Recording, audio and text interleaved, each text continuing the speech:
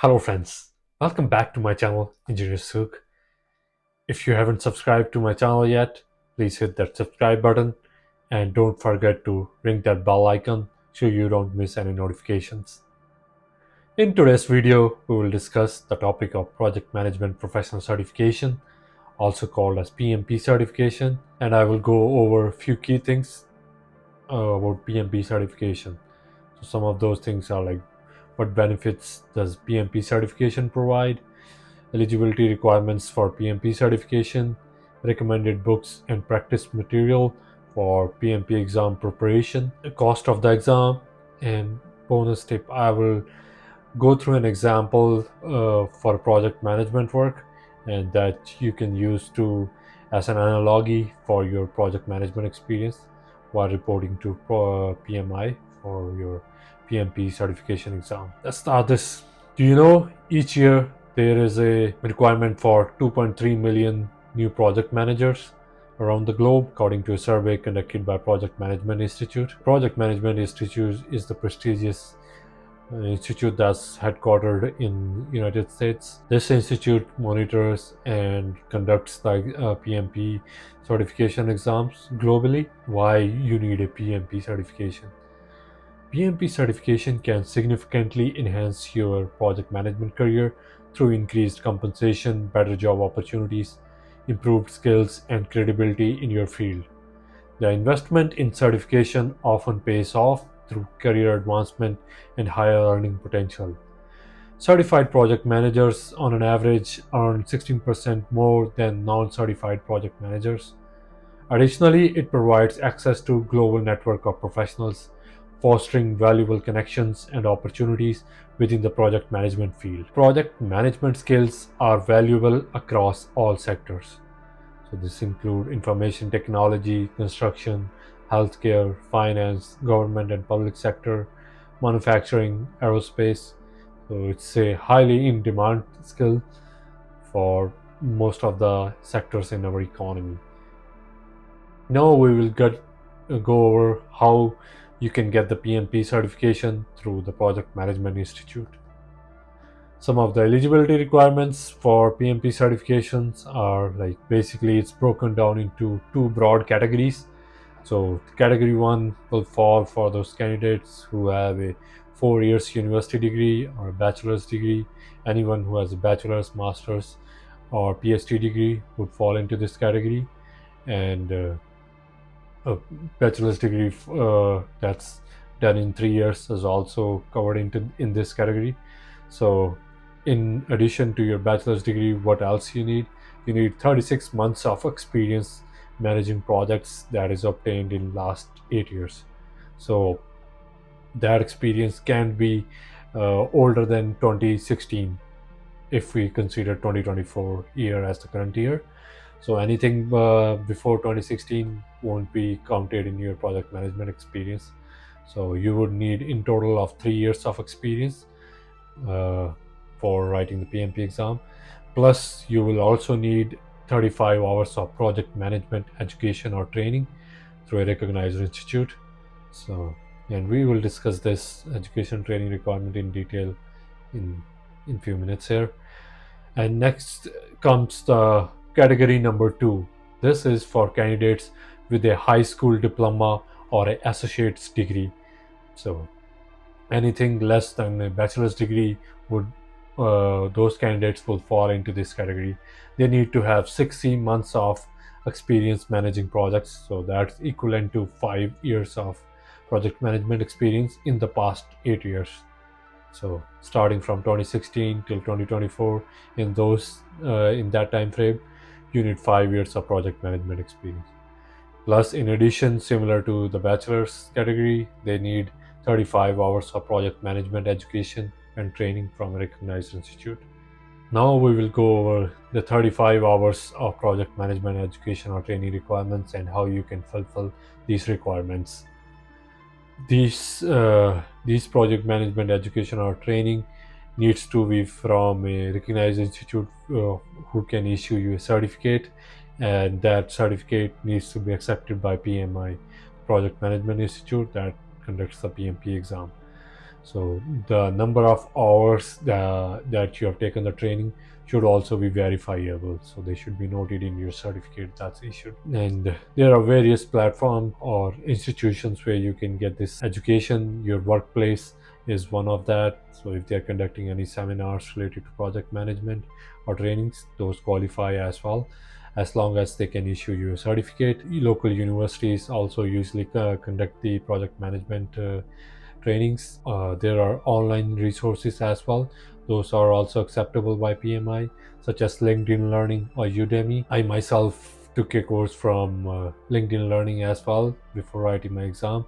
So it was pretty helpful and handy while preparing for PMP exam. That course helped me prepare and sharpen my skills of project management, although I already have met the education requirements because I have done 1 year of project management postgraduate education from Humber College, Toronto. In addition to that, I also took this LinkedIn learning course so I can sharpen my skills. So I can provide the links in the description below for most popular courses or the courses I would recommend for meeting your education requirements for project management. Next, we will discuss the books that are recommended for PMP exam preparation. So the number one source is PM book, and that's the full form of his project management body of knowledge. And this book is issued by Project Management Institute, and every 3 to 4 years they come out with a new edition. So I think the current edition now is the 7th edition. I have when I was writing my exam, the current edition at that time was 5th edition. So it keeps changing. Make sure you are referring to the latest edition because it's a body of knowledge. It provides a great framework for project management and what are the things that PMI is looking in the PMP examination. That's all covered in that. Second book I would recommend is the PMP Exam Prep by Rita Mulkey. It's a great resource. I have personally used it as well, again for my preparation. And after each chapter, there are questions that you can attempt, and you will know where you stand in terms of your preparation. Also, once you complete that book, in the final there is full final set of exam that you can time yourself in 3 hours. And the best part about this book is how they have framed the questions in the book. So the framing of the questions is pretty much similar to what you will see in the PMP exam. So that's why it's a great resource or tool to use while preparing for your PMP certification. Then there are practice papers that are available through various sources. Plus there are practice apps as well available on Play Store through Android on Android phones, and on Apple iPhone you can go to the App Store. There are multiple apps that are available for PMP exam preparation you can use, and they will provide lots of practice papers or quizzes that you can use to measure your performance or where you sit in terms of your preparations. Now let's talk about the number of hours needed or the effort needed for preparing this exam. I would highly recommend that you put in at least 160 to 200 hours of exam preparation for PMP exam, and this is from my experience and as well as an average how much time you would need to prepare for this kind of an exam. This is one of the toughest exam globally, so please make sure you put in the effort and time to go through all the material before writing the exam. From my experience, I put in these many number of hours and I passed with above average score in all modules of the exam, so you can prepare accordingly. Next is the cost of the exam. PMP exam costs around 500 to 600 US dollars in US and Canada. The cost can vary in other countries, so you can check local websites of the PMI in your country. If you are a member of PMI or you have a PMI membership, you can reduce that fees by $100. So there's a $100 discount on your exam fees. Plus, there are many other benefits that you get with PMI membership, such as you will get a free digital book of PM book. So this project management body of knowledge, you will get a free edition of that ebook and use that in your preparation. And there is a lot of material available through PMI lot of good resources that you can use for your PMP exam preparation. Now I will go over one example of a project work that I have broken down in how you will input that into the PMI website when you are reporting your work experience. This example is of organizing a community event. This could be a fundraiser. We will go with the charity fundraiser here. Many of you may have done this in your life. This involves planning, coordination, execution, making it a great example to illustrate project management concept. So you need to mention the key phases of the project, whichever project you are doing. So you have to break down into these five key phases of the project work.